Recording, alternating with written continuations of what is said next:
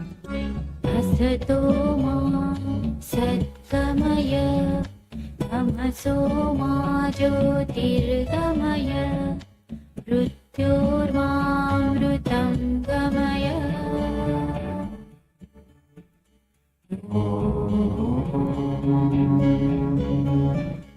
असतो मा सद्गमय तमसो मा ज्योतिर्गमय मृत्योर्मामृतं गमय।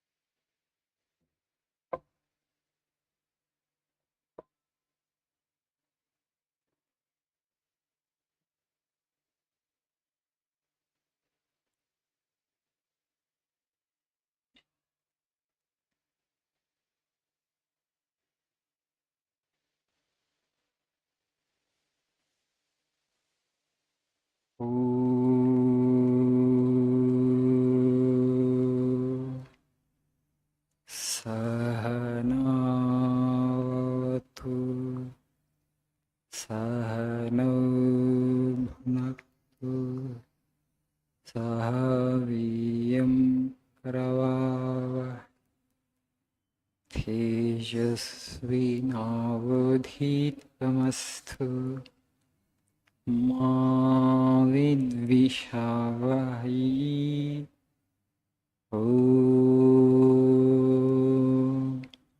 शांति शांति शांति।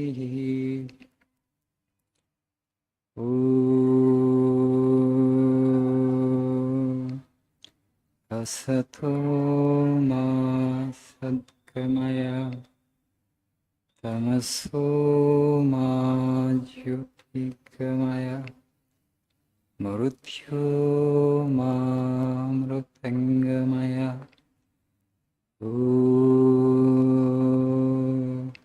शांति शांति शांति।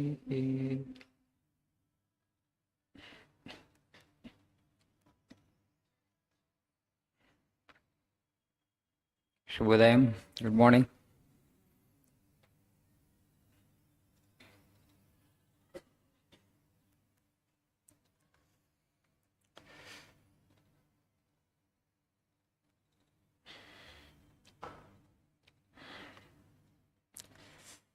So, please see page number 89, the last quote in the page. Truth doesn't pay homage to any society, ancient or modern. Society has to pay homage to truth or die. Society should be molded upon truth, and truth has not to adjust itself to society.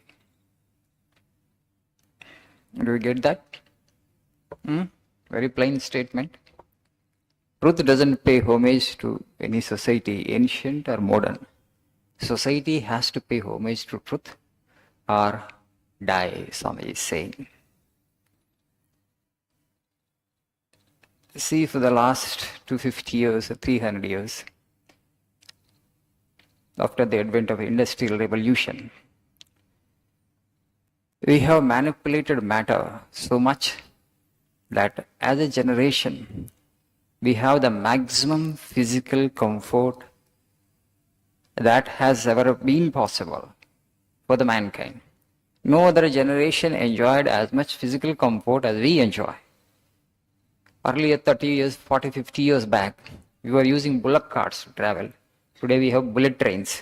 So bullock cart to bullet train, in terms of speed, where is bullock cart and where is bullet train? Where is plane? Aeroplane. 40, 50 years or maybe 100 years, 70, 60, 80 years back, women would walk miles together to fetch one pitcher of water. Do you remember the swings? Even also now in some villages in Rajasthan, but it's very less today. Today you just press the button and the motor pumps water for you. Comfort. So much of physical comfort we have achieved. We have brought into human societies. అంత సౌఖ్యంగా చేసుకున్నాం జీవితాన్ని, physical comfort. But are we the joyful, most joyful? Are we the peaceful society? Definitely no. Why the joy and the peace that we have hoped for, we have not got? The reason is we are becoming weaker on moral front by the day. In terms of virtue, in terms of practicing righteousness, in terms of practicing morality, in terms of practicing honesty, the human societies are becoming weaker by the day. You don't take it seriously. We are very loose there. So the problem is, if an action that you perform is not in tune with your own conscience, Antaratma we say, that's the voice of God, you cannot have peace. If an action that you perform is not in tune with your inner voice, you cannot have peace. You may cheat the entire world, but we can't cheat our own conscience. The inner voice will keep saying that, you have done a wrong thing, you have done a wrong thing, you have done a wrong thing. So it doesn't let you to live in peace. And such why it's very important we adjust our actions according to the voice of our own conscience. So how to make the human societies practice dharma? Today you talk about Ramarajya. We are saying that we are ushering in Ramarajya. Building a temple for Rama is okay, but do we have the same passion which Rama had embodied in him for dharma, for practicing dharma? There is a dichotomy I see. And if you don't bring in the passion which Rama had embodied, the passion which he had to practice dharma, you are not paying true homage to Rama. That's very important. You have to bring truthfulness, you have to bring honesty, you have to bring righteousness into the society. And if the material things that you create, actually, if they are not helping you in that direction, they are not of no use. We can't create a peaceful human societies. Only when you practice dharma, you will have peace and fulfillment, not otherwise. So all the development, all that external, manipulation that we have done, manipulation of matter, I prefer to call it, it doesn't bring you and it won't bring you. Swamiji said, Vivekananda, machines can never make man happy.